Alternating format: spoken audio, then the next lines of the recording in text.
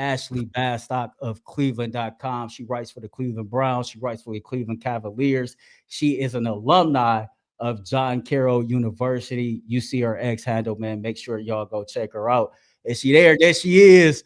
What I'm up? right here. How are How you? are you? I'm doing well. Thanks so much for having me on here for my first time. I know the lighting is not great in the lobby where I am. They took my picnic table from outside where I was going to do this. So I hope everyone watching just bear with me. I'm sorry the sun is like shining in my face right now.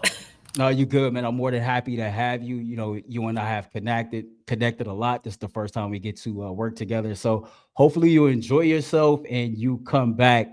We might as well get into it. Yeah. Ain't no point of us wasting any time. The four quarterbacks, from your assessment, from your observation, what did you think of the work that those four young men or those four men put in today?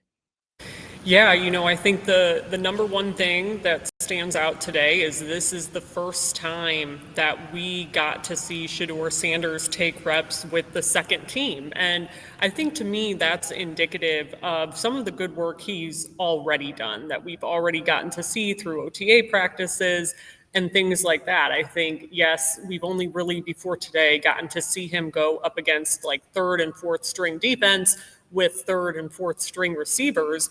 But in most of those instances, he has made the throws. And I think when you make the throws, that earns you more opportunity. Now, we only have one more day out here for minicamp. I feel like we probably won't get to see Shedeur earn many, like really first team reps until we're in training camp. But he performed well today when he was out there with the second team. He had some nice throws. He was connecting well with his tight ends. When he wasn't with the second team, Gage Larvadane is still a guy he has been finding repeatedly these last 3 weeks. He's a name I've been writing and saying over and over again when talking about Shedeur. So overall, I think that was the biggest takeaway from today was Shedeur did get some work with the second team. I thought he threw the ball well when he was in that situation. And then we saw Dillon Gabriel in that same situation in that move the ball 11 on 11 period, go with the third stringers. And I thought Dillon looked, as you would hope, maybe the best I have seen him look so far in this spring and summer. So those are, I think, the two big takeaways. And Joe Flacco, just another lighter day for him. We didn't see him take really many team reps. So to be expected, because I think the other three guys are who they really have to focus on and see, okay, who can do what's working in this offense, and where are we going to go when we come back in late July for training camp? We talk about Shedeur Sanders and Dillon Gabriel both being really good learners. And it sounds like from everybody that we've spoken to throughout this process that Shedeur Sanders seems to be improving with each and every practice. He talked himself yesterday about, just assessing what he did wrong, going back in, watching the tape, coming back out and trying to improve on those things. Ashley, from the voluntary OTAs, from the 2 days just at the mandatory camp, how much improvement have you seen in Shedeur from each practice that has taken place? Yeah, I don't think for me, it's really, we've only gotten to see him in 5 total practices now, and that includes rookie mini camp, which I came away from all the practices thinking, hey, this guy looks pretty good. Now, there were practices like the final OTA period, for example. I thought it was a rough day for Kenny Pickett, a rough day for Dillon Gabriel. What we're seeing is that's kind of by design because those guys have been given more on their plate as a result of the Browns trying to figure out what this offense is going to look like. Like, this is basically a new offense they're installing. There are similar concepts to what they ran 2 years ago, 3 years ago, but for all intents and purposes, this is a new install they are going through. So there's more on those guys' plates. And I've come away not necessarily being like, oh, he's improved on X, Y, or Z. I think we just have such a small sample size. But I think Shedeur has done everything I thought he would do. And I think it's why I was, adamant for a very long time. I wanted the Browns to take him at number 2 overall, which obviously didn't happen. They wound up with him a different way, though. So for me, I think it's less about him improving and just like going out there and every time he's given a different opportunity, like he was today, I think he steps up to the moment. And we saw that today when he threw 3 or 4 completions in that move the ball period against tougher competition than what we've seen him go against so far. What would be the one thing that you say Dillon Gabriel does really, really well? And what's the one thing that really stands out to you as okay, he really, really needs to work on that?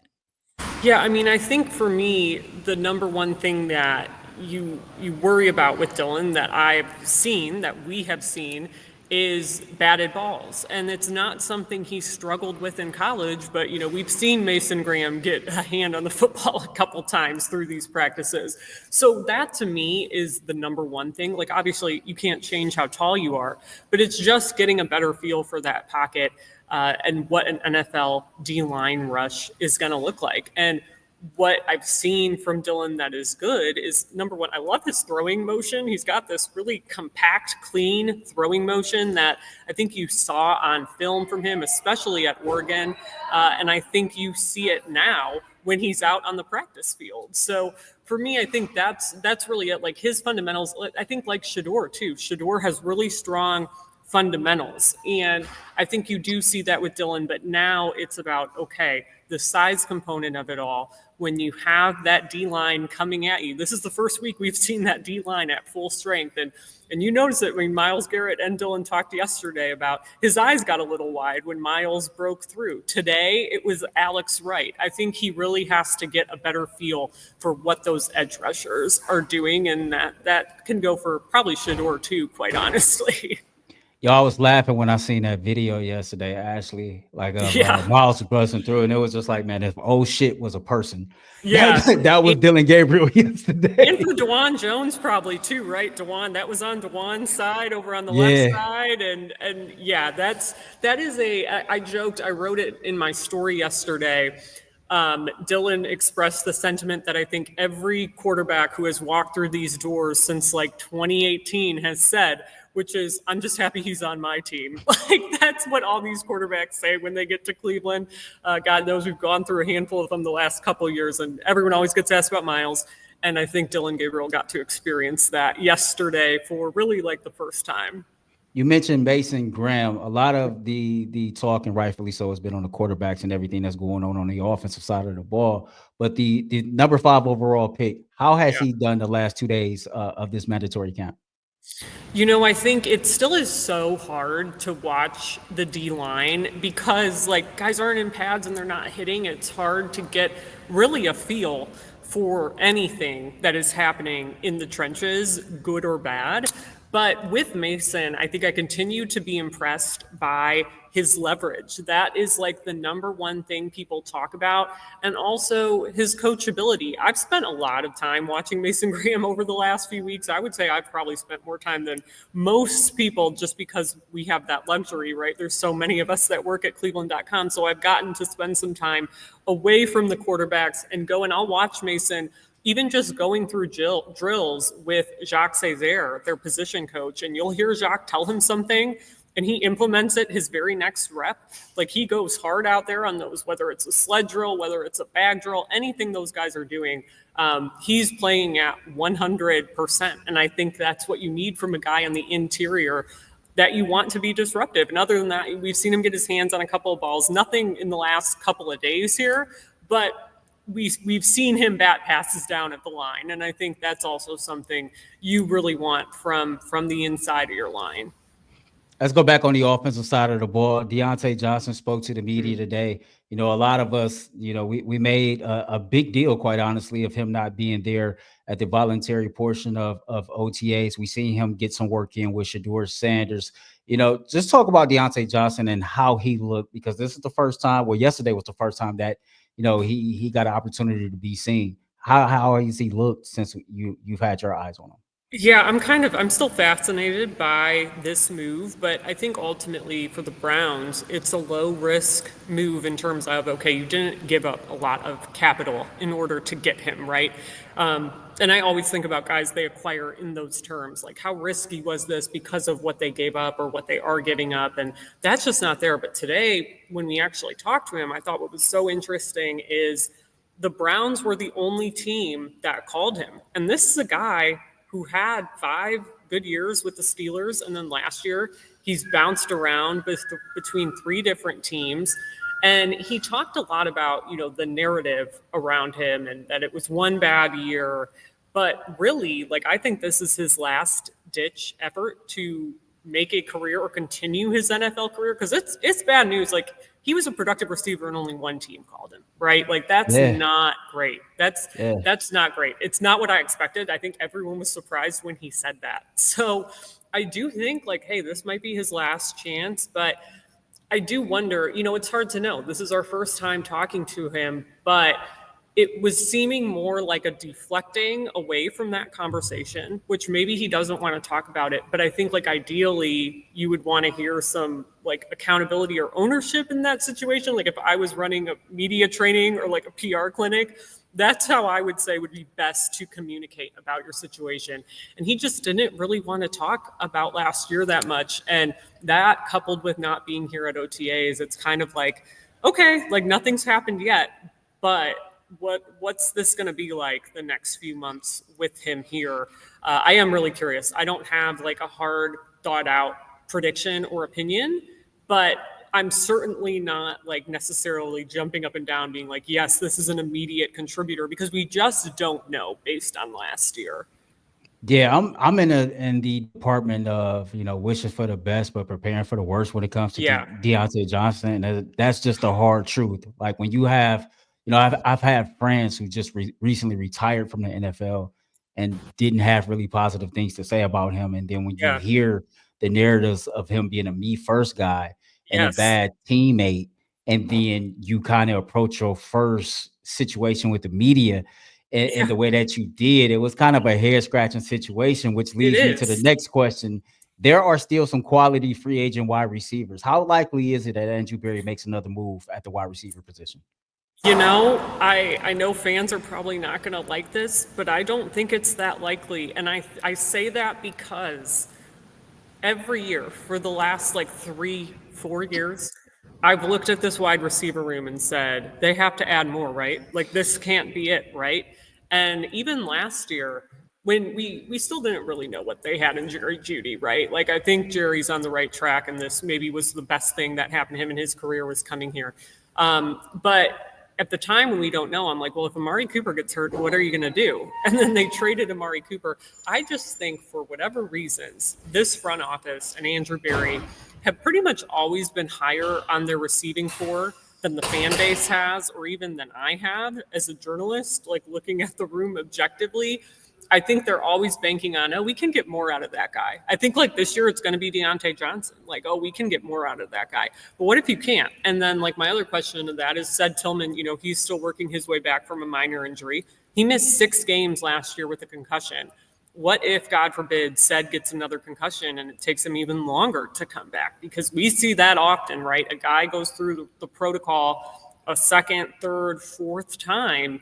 It can oftentimes take them longer to clear the NFL concussion protocol when they get subsequent concussions. So I have perpetually been worried, I think, about this pass catching core since, like, 2022, and it's not going anywhere. And I also just don't think we're going to be in for another splashy move there.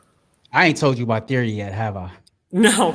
So if was a fifth, we'll all be drunk. But if one of these quarterbacks that we have actually pans out to be worth a damn, and the Browns don't have to spend that capital on a quarterback next year, you take one of those first round picks, you flip it over to 2027, so you got 2 in 2027, and then you trade up as far as you got to trade up to get Jeremiah Smith. That should be the goal. I like that. I like that plan. I am a fan of that plan, because I think, obviously, Jeremiah Smith could have come out in the draft this year and he would have been the best receiver in the draft. So I am a fan of that. And I do think, like, I've wondered the last few years how much the draft has been a part of their problem with their pass catching core, because you don't have a first round pick.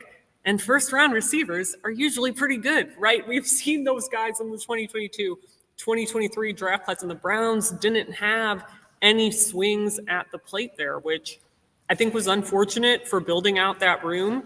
And I will say, like, assuming Jerry Jeudy is just as good or better than he was last year, that alone is going to be a break. But I do think you need to keep adding around him and seeing what else is out there. But they haven't had that chance really at the draft to build out that room. So I'm with you on that plan. I would take it in a heartbeat at this point. Couple more minutes with Ashley Bastock of Cleveland.com. So I'm going through the chat here. You heard some of the comments I was reading. There's been rumors, unexpected trade rumors that's been swirling around.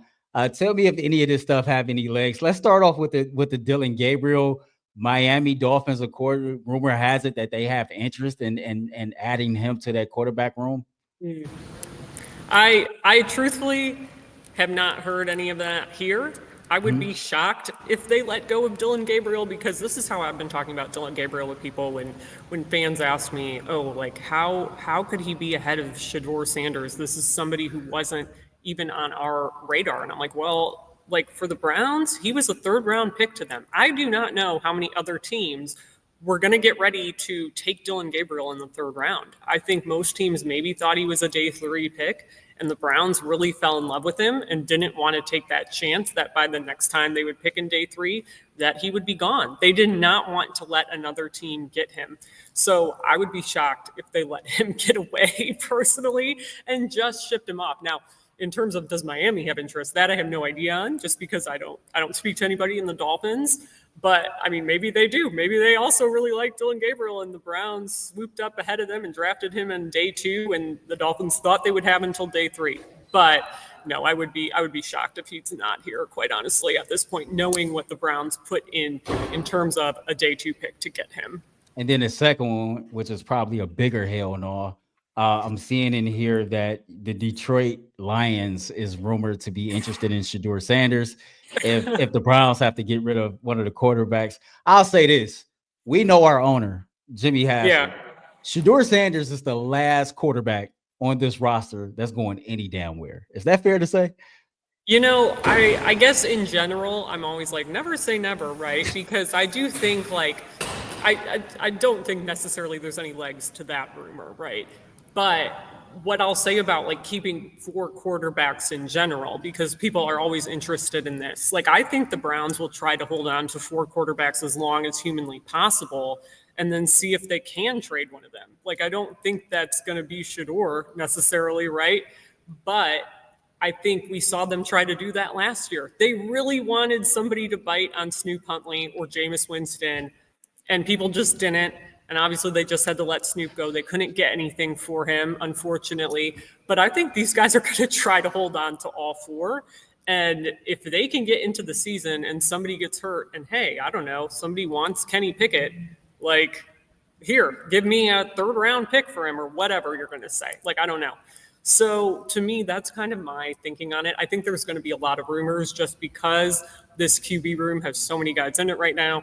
Shedeur in general is going to be such a talking point for the national media. I really think we've only gotten a taste of it. And I think you're going to hear these scenarios pop up. I would be wary of anything you hear, just because I really don't think anything is on the horizon with these guys and trading somebody away right now. Anything else that stood out to you? Any player that stood out to you that seems to be doing his thing in the first 2 days that we haven't discussed? Yeah, I think I've gotten some questions about the pass catchers, like who besides Jerry Jeudy has looked really good. I'll say I think Harold Fannin has looked great every time I've seen him out there. That goes back to rookie minicamp. I think he catches like just about anything thrown his way.